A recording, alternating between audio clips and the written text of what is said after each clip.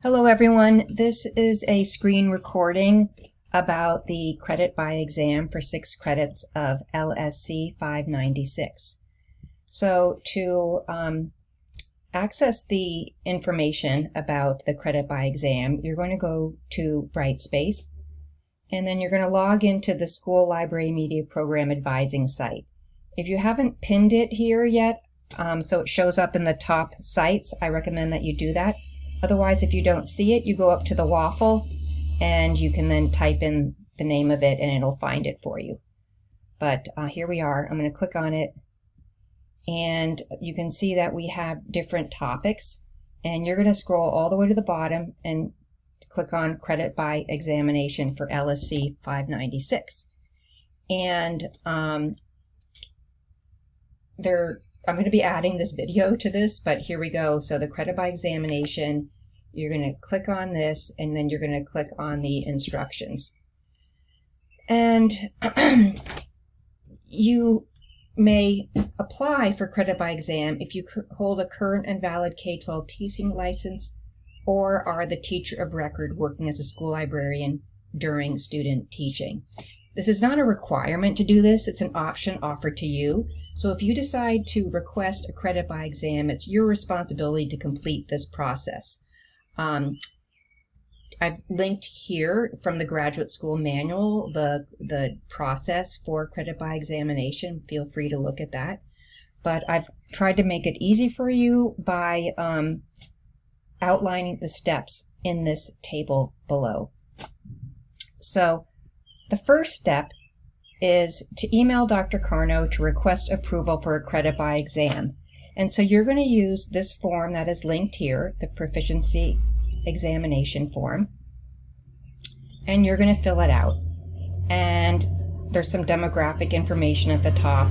And basically step 1 needs to be done by the end of your first semester. And then you have by the end of your second semester, and this is the full semester, not just 7 weeks, but by the end of the full second semester, you're going to have to do steps 2, do the exam, I sign it, and then it's posted to your record. That's going to happen in the second semester. So let's go back to the credit by exam, this major informational sheet.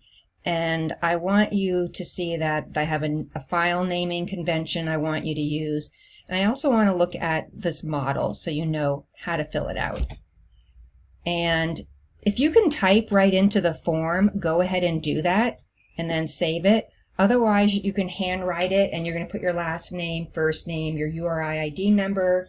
This is your major. This is the college you're in. You're going to say LSC 596 times 2. The course title is School Library Media Internship and Seminar, and you're asking for 6 credits.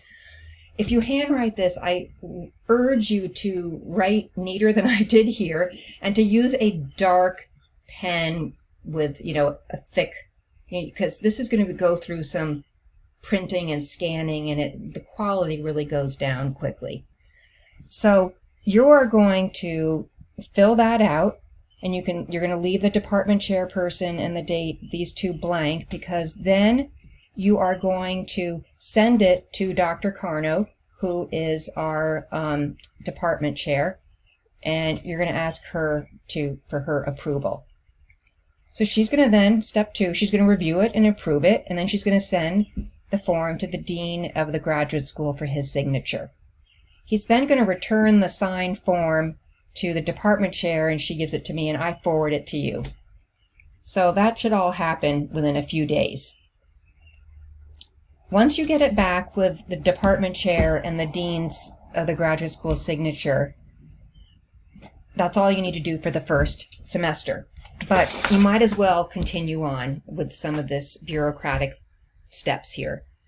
So the next thing you have to do is you either have to physically go to enrollment services at the URI Kingston campus, or if you don't live near it, you can scan the form, print it, and physically mail it along with a check for $65 made payable to the University of Rhode Island. And here's the address right here, enrollment services. There is a $65 fee to do this credit by exam, but since you're asking for 6 credits, I mean, you're saving way more. It's so worth doing this if you are interested. I urge you to make a copy of the form before you mail it out to them. I encourage you to include a little note with your email and your physical address and ask for them to send it back. They're going to then stamp the form and indicate that you paid. And sometimes it's sent back to Dr. Carno, and so we have to get this back. We will get this form back to you after Enrollment Services sends it. But if you ask them to send it to you, they will send you a copy as well. So now you are all set in regards to what you have to get signed on this form. The next thing that you have to do is that you have to complete the exam. And I'll go over that in a second. But once you complete the exam, you're going to email it to me, and I will examine it and grade it. And if you pass or not, I'll email you the results. If you pass, Dr. Karna will send the form to the graduate school, and they will process it with Enrollment Services, and the 6 credits will magically appear on your academic record in a few days. So you may be asking, what is this exam? So here it is in the second box below. So it consists of 2 components: a formal lesson plan on a topic in information literacy for any grade, any K-12 grade, and you're going to use a particular lesson plan template that I use in this course. Now I realize you haven't taken the course 520 or 527, but it's a lesson plan template. It's a little detailed, but if you're an educator or if you're working in a school library, you should be able to fill this out. And so let's take a quick look at it.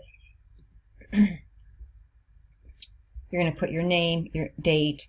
So what's the title of your lesson, the grade, the purpose, how long it's going to take, the library context. This is just general information about it. That's easy. So then I would like you to try to use the AASL National School Library Standards and align your lesson to 1 or 2 of these standards. I'd like you to create some learning objectives. And if you look on the column on the right, I give you tips about what to expect. And so when you write the standards in, you're gonna go up to this box here, and you're gonna write the standards in here.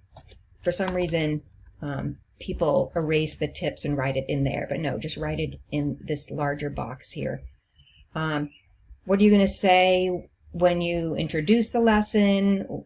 What kind of warm-up or hook do you have for the kids? The instructional activities, this should be like a step-by-step. First, the teacher's going to demonstrate blah, and then, there'll be a discussion, and then students will, do a turn and talk, or students will work in small groups, whatever is going to happen in your lesson here. Then you're going to have the lesson closure, which is a time, it's less than 5 minutes where they just reflect on their learning. It's not a big activity. All the learning activities are done, and then the student product, if they have one. A lot of times there's not in library instruction. Then you're going to put the different types of assessment that you do here, and I want you to look at the tips. That will help you. I'd also like you to indicate some differentiation strategies and a possible extension strategy, and then you list the materials and the resources that you use for the lesson. If you are so this would be like if you have any handouts, if you had an exit ticket, if you used any books, if you used any websites. This would also be, let's see. Oh, if you had a video that you showed, or a slide deck that you used to present anything like that, it has to be like a complete lesson plan with all the materials. And then you're going to list your technology requirements, and then if you cited, if you got ideas from other sources, list them here, and then do your your short reflection. I'm going to use this lesson plan rubric that's here to grade it. I'm not going to go over it. That's your responsibility. You need a B or better, and this is how I'm going to grade it. So you can, before you hand it in, double check to make sure you're meeting at least competent, and then you also have to send me evidence. The second part, the second component of the exam is evidence that you either have a license or a letter saying you are the teacher of record. And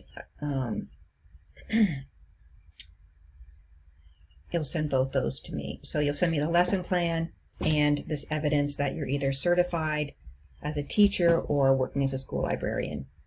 And then I list like what's going to happen, what, the consequences. That's not always a negative word, but it kind of tells you what you have to do. So that's the credit by exam process. If you have any questions, please let me know, and good luck with it. Thank you.